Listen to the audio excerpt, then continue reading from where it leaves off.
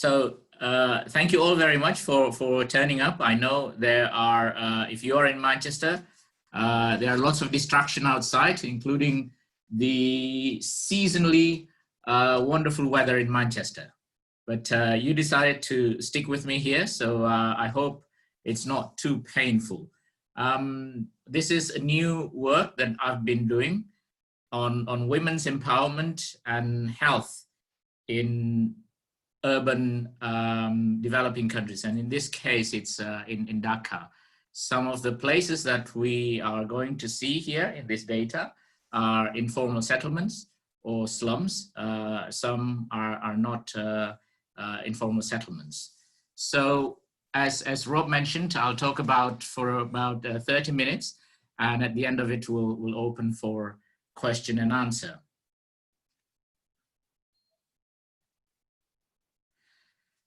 So the setting is, like I said, the urban place in developing countries, and this is not only in Dhaka, but I can vouch that this is quite similar also in Chennai, which I visited last year, but also in Jakarta as well. So it has relevance beyond this particular place. But we have data, good data from this place, so we're going to see an important research questions at an important issue of women's empowerment and health in this setting. This is taken by Apichoke Kotikula, a senior economist at the World Bank in Bangladesh, who is also the lead author in the major report recently released by the World Bank in Bangladesh on women's and labor force participation in Bangladesh, in Dhaka. So the issue here is whether women's empowerment enhance their health. And I'll define empowerment a bit more precisely here, because if you have come across this idea in the literature, you know that it covers quite a lot, from resources to agency and to outcome. I'm focusing here on just the agency part of it. And I'll talk a little bit more about the outcome, just incidentally, and the resources later on. But the focus here is on the agency part of empowerment. So agency here is the ability to identify purpose and act upon them. So there is a volition in there, and there is an action.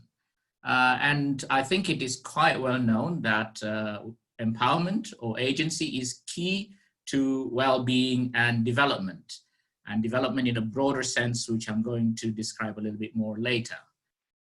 In this stream of work, Naila Kabir's work and Robin Richardson's work are very, very important. And I'll refer to Robin's work, especially in rural Rajasthan, a little bit more later. But they are the key sources for this particular work I'm talking about today. As I mentioned, development, I understand it in a broad sense, following Sen.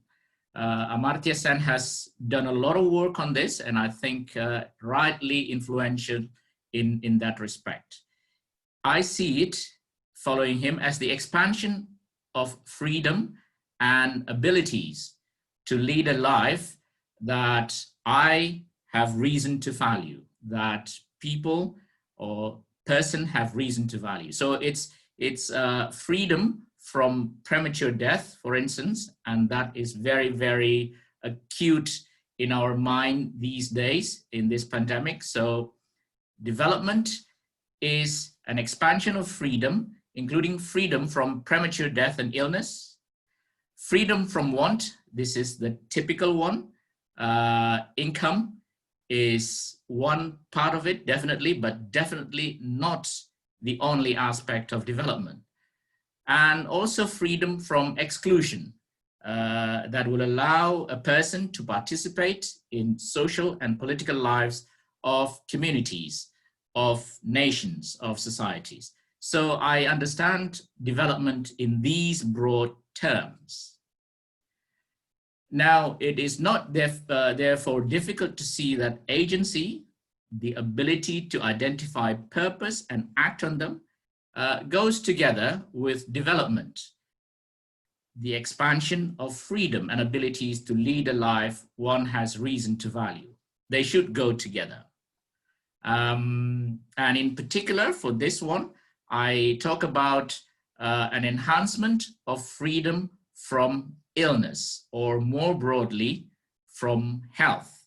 I will expand the definition of health later on, following that of the WHO. Again, an organization that is acutely in our mind these days.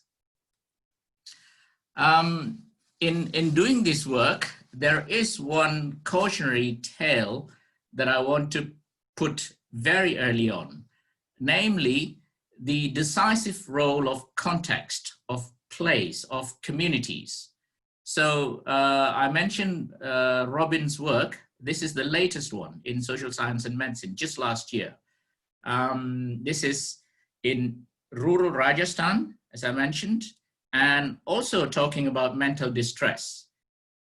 The difference between Robbins' and colleagues' work and mine is that they look at rural areas, I look at urban areas, and they're both in the subcontinent, in South Asia.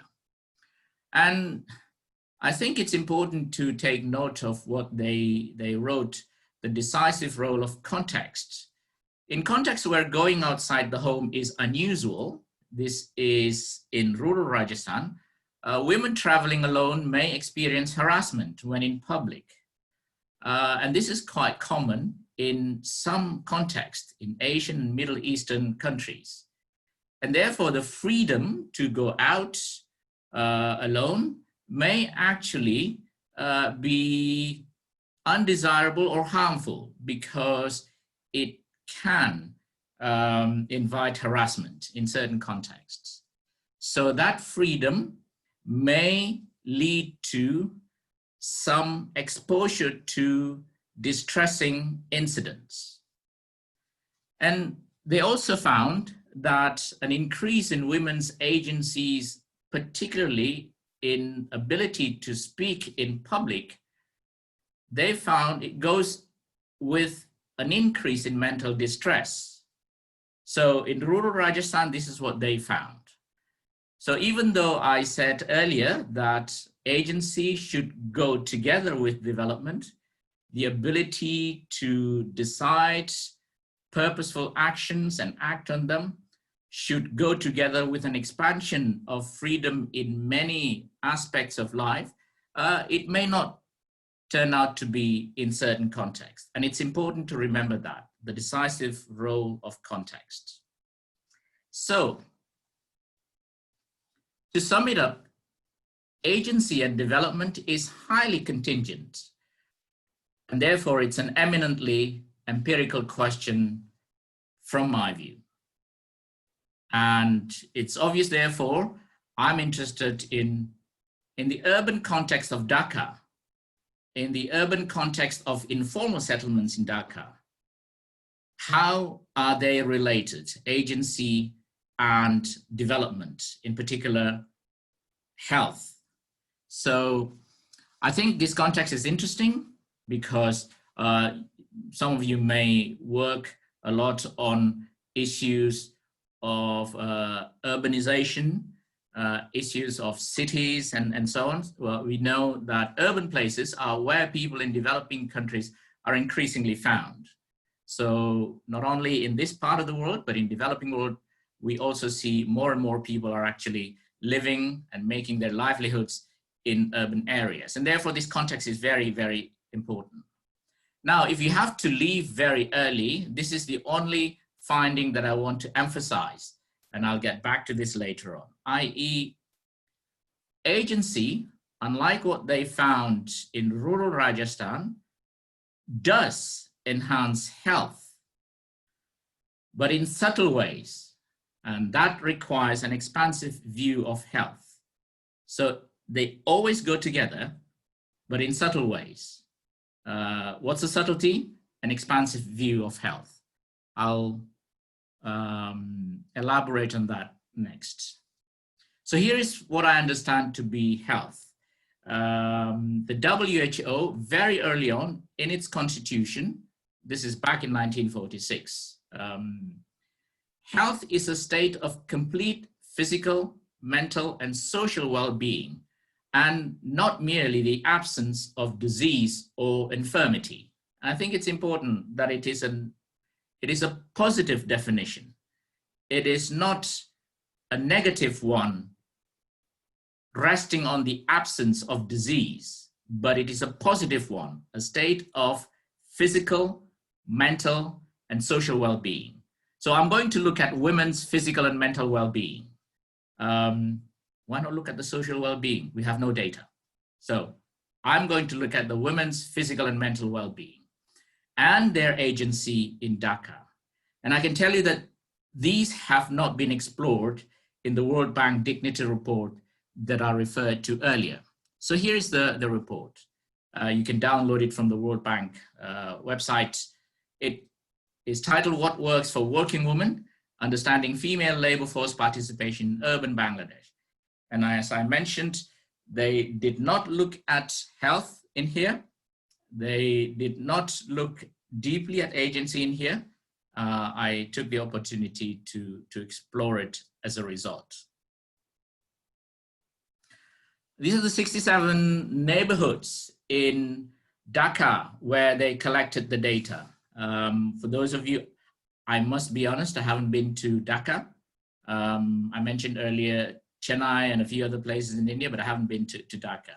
So for those of you who have been there, who worked there, or hailed from there, I'm pretty sure you know where these places are. So these are the 67 Dignity neighborhood, they call it.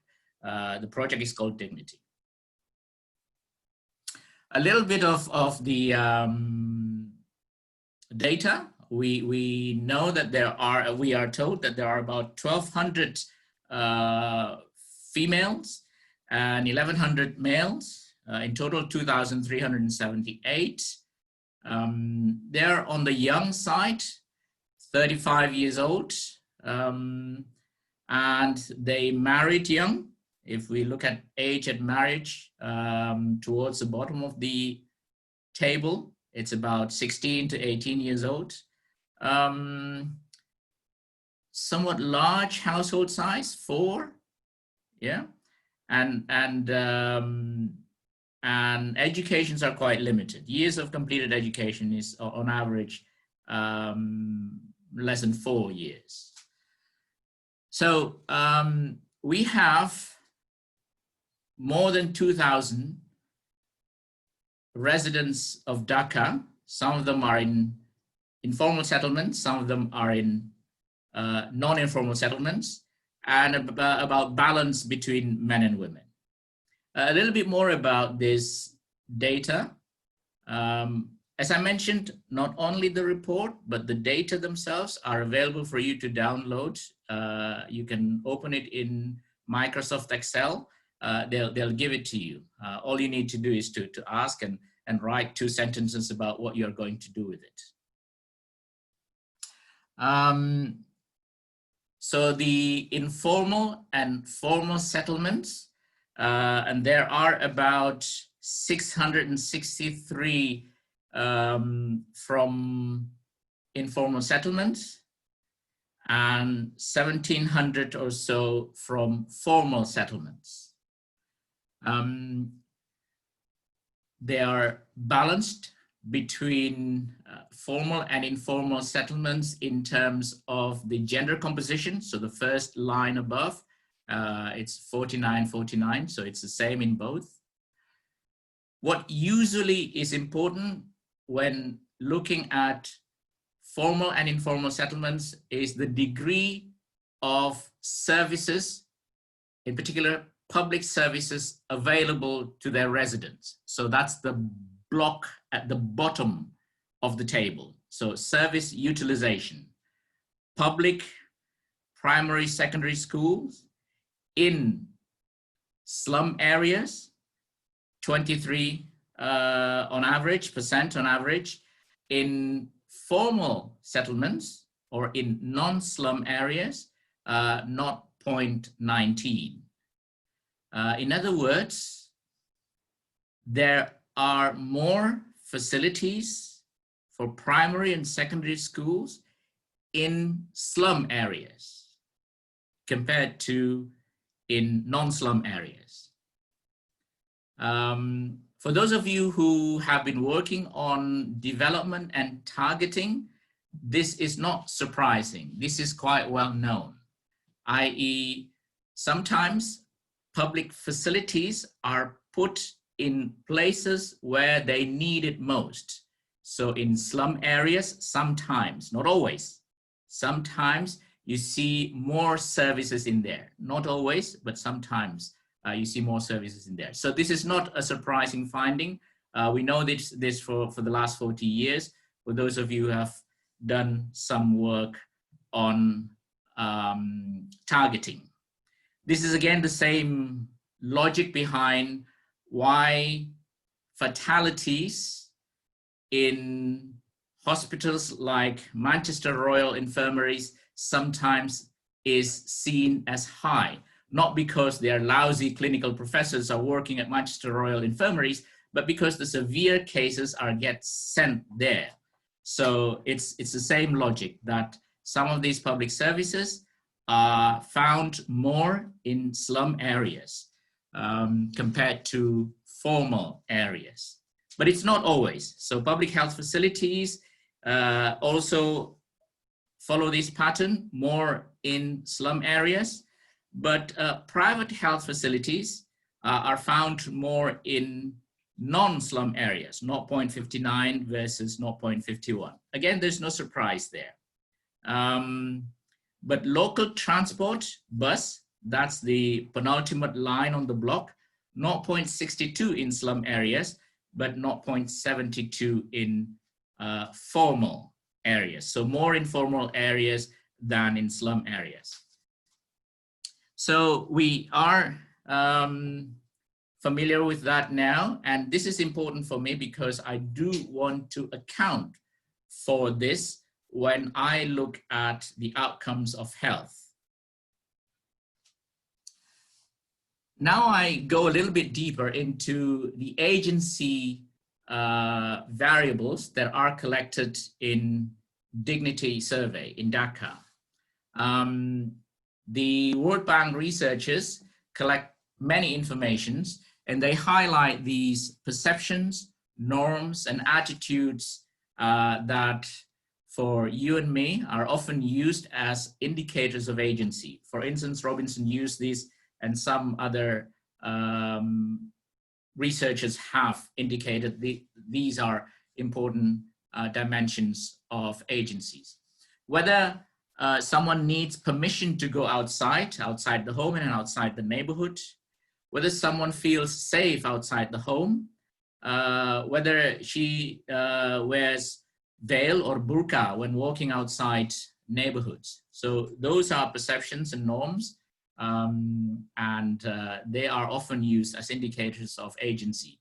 Certainly in this report, they are used that as well. As I mentioned, this ties in, I mentioned briefly, to outcomes. And one particular outcomes that people are interested in is whether these women are engaged in the labor force or not, whether they are working or not working, whether they choose to work or whether they are not working. So not in the labor force or in the labor force. Those are the two columns you can see there. So if they are in the labor force, 0.33 do not needs permission to go outside, but those not in the labor force, 0.37 needs permission to go outside. So in this case, you see women who are working have lower percentage of them needs permission to go outside. There's no surprise there, and I'm not saying anything causal about this. I'm just saying association. Yeah, so that's the first line. And the second line also quite intuitive, i.e. those who feel safe outside, yeah, you find more of them in the labor force, 0.73, compared to those not in the labor force, 0.63. If they wears burqa when walking outside their own neighborhood, you find more of them outside the labor force, so 0.59, compared to 0.42. So there is a face value to these indicators that you would expect. If they tell you something about agency, they should tell you something about outcomes. If outcome, for instance, is labor force participation. Women who wears burqa tend to be found more not in the labor force, 0.59, compared to those found in the labor force, 0.42. Okay, so that's at face value, the reasons why these are good indicators of agency, not only because the literature says so. Now,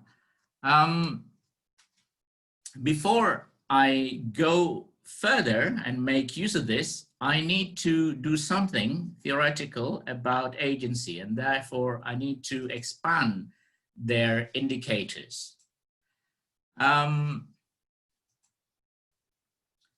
One important thing that we know about the literature of women's empowerment, the empirical literature on women's empowerment, especially in the late, in the last 5 years or so, it is best understood, agency is best understood as a latent construct. And therefore, Richardson and colleagues in many places in their work in India, mostly, use latent factor or confirmatory factor analysis. This is just one method to work with a latent construct. I share their view on this. I share the importance of understanding agency as a latent concept, as a latent construct. The importance of that is they have, therefore, different indicators in different contexts, even though they are talking about the same concept. So the latent concept is the same, but the indicators depends on where the research is conducted.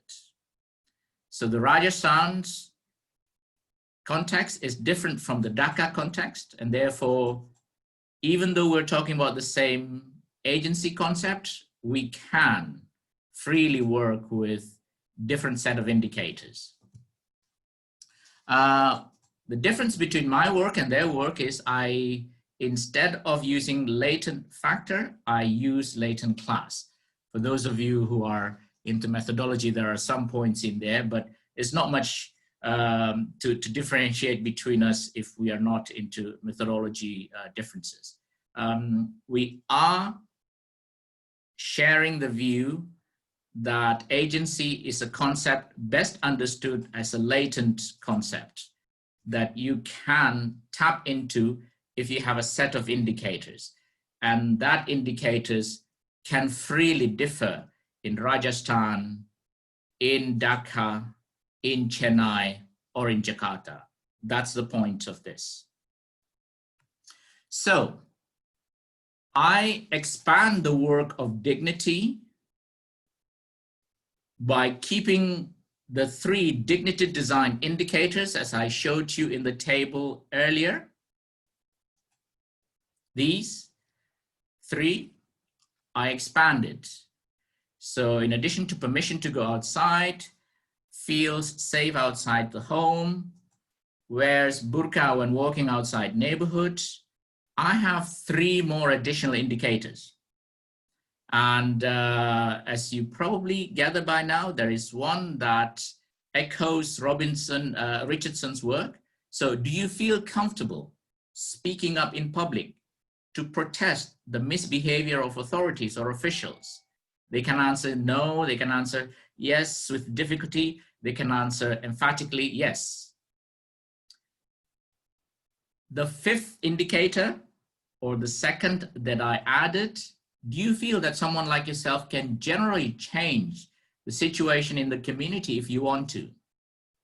And the last indicator that I added is, do you feel comfortable speaking up in public to decide on infrastructures such as wells, for instance, to be built here? Yeah. So I added this, and some of them are also in Richardson's work. The point being, these are indicators that helps me to tap into the latent concept of agency. And this is not written on a tablet of stone. If you work in different contexts, you can choose other indicators. Okay.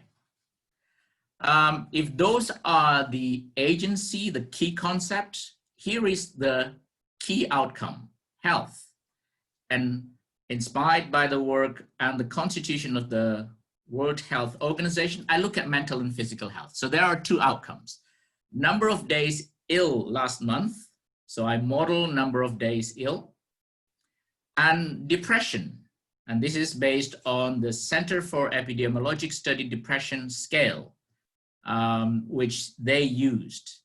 And therefore, I model probability of depression or probability of common mental distress. To emphasize, the key variable is agency or high agency. And I control for a whole host of other things like age, whether they can read and write, their education levels, their mobile phone use, the household size, whether the household is headed by a woman, the marital status of a person, incomes, whether they live in informal settlements or not. And as I mentioned earlier, the number of public services in the neighborhood. I focus on whether agency makes a difference, whether those with high agency compared to those with low agency have better health, less depressed, not needing to call in sick or not. So comparing the probability of being depressed, I compare those with between high agency and low agency. Yeah, so the key variable is agency. There are two outcomes I'm interested in, physical and mental. Okay, so here's the result. And I'll highlight it in amber. That's the only one that I want to talk about now. Again, as I mentioned, I control for many, many things in here, but I only take an extract from the table. And from those extracts, I only highlight in amber the coefficient for agency. I hope you can all see that there are two models here. The first one is days ill, and the second one is depression. And as I mentioned earlier, I model days ill. Technically, I use Poisson, and I model probability of depression, whether they are depressed or not. And this is how many days ill in the last month. So the focus, like I said, is on the amber one. And this is together pose a puzzle to me. If you see the agency, it has a positive and significant coefficient on affecting number of days ill. On affecting probability of depression, it has a significant and negative coefficient. So there is a puzzle in there. One is positive, one is negative. It says, for instance, on the days ill, high agency goes with more illness, more number of days ill. That's what it means by positive and significant. Whereas probability of depression, high agency, goes with lower probability of depression. That's what it means by significant and negative. So on the mental health side, agency reduces illness. On the physical health side, agency increases illness. There is a puzzle. I hope you can see that, yeah? Let me warn you, I am not saying that this is all causal. This is all association. So when I say increase, decrease, I do not mean to say that this is all causal. This is just to make conversation a little bit easier. Yeah, I hope you'll forgive me for that. So these are all association. This is not saying that agency causes. Yeah, I'm only saying it goes together or it goes against. Yeah, but to make conversation easier, I'll put the terms increases and decreases, reduction or increases. Yeah. So let me just repeat the important puzzle here. Agency increases the number of days ill. Agency at the same time decreases the probability of depression. How can that be? So to just sum it up here, compared to low agency peers, high agency women reported more days ill. And the difference is significantly positive, and it's entirely counterintuitive. On the mental side, compared to low agency peers, high agency women report lower probability of depression. And the difference is significant, negative. And this is probably accords with our intuition. So how can that be? And this is the same women that we're talking about. Yeah. If I want to look at the marginal effect, because sometimes the coefficients, especially for Poisson or for Probit, it's not easy to get our head around it. So let me just look at the marginal effect of agency in number of days, yeah, and in probabilities. The left plot says that as people age, the difference between the high agency woman and the low agency woman, you see nearly 1 day, 0.8 day, more illness. So if you want, let me just round it up, and forgive me for this. Let me just round it up 1 day. If you compare a high agency woman and a low agency woman, on average, a high agency woman reported an extra day of illness. 0.8, I rounded it up to 1 day, just to make the puzzle even more striking. How come high agency women report more days by 1 day, or precisely 0.8 day? Yeah. And as they age, they report more of that too. The picture on the right is the difference between high agency women and low agency women in their probability of depression. And this is what we expect anyway. About 9% reduction in probability of depression if we compare high agency women and low agency women. The high agency women reported 9% lower probability of depression, as we expect, yeah? But it is the juxtaposition of the physical and the mental that creates a puzzle. And I think I can solve it. Here is why. I think this is what's happening. It is entirely intuitive that women with high agency, and these are women possessing ability for purposeful action, as I defined earlier, should have lower probabilities of depression. So the ability to define purpose and act on them, if they have more of that ability, then they will have lower probabilities of depression.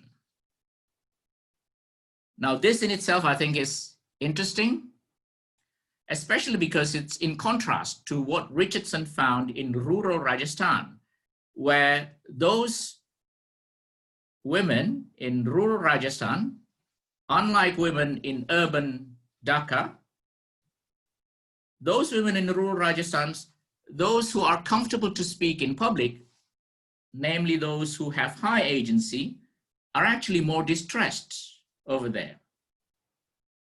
Here in urban Dhaka, those who are more comfortable to speak in public are less distressed, lower probabilities of depression. Now, how do I reconcile the physical side of it? And I think I have to be, I'll walk slowly through this. If these women are able to regard themselves in their future, and this is a big if, and this is the key plank in the explanation.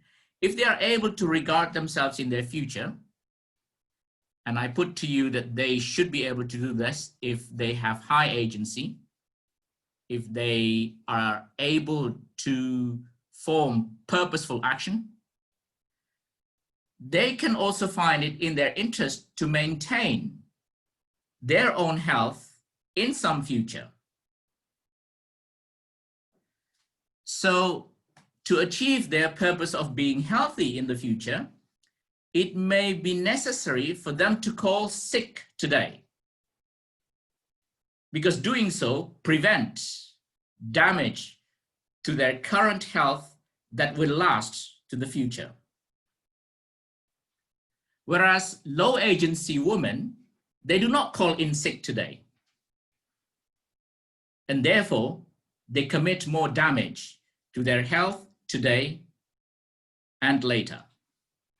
So observably, this means that high agency women report more days ill. They call in sick more. But that's entirely because they have purposeful protection of themselves in the future.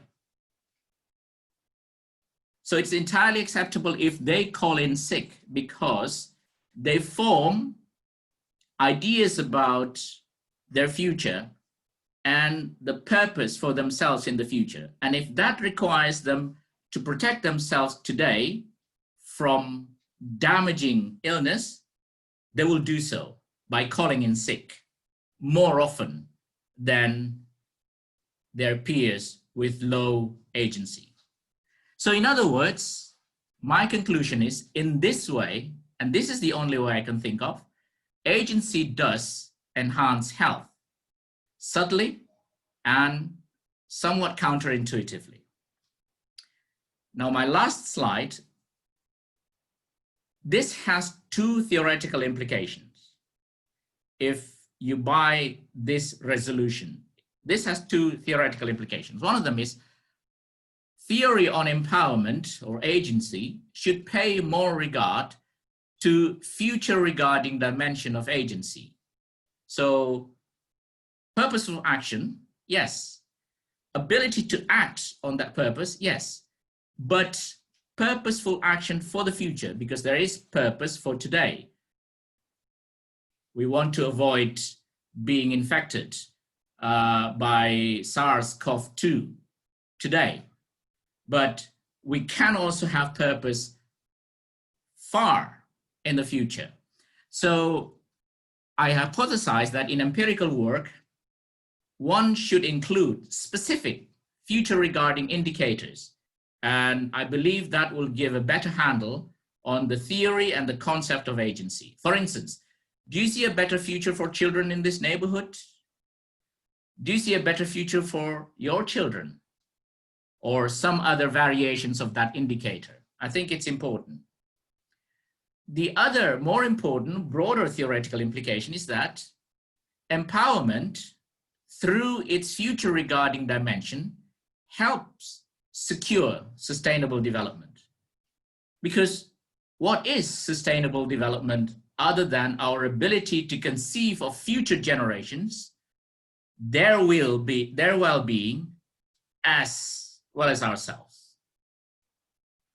Okay, thank you all very much for listening. Stay safe and no driving to Durham.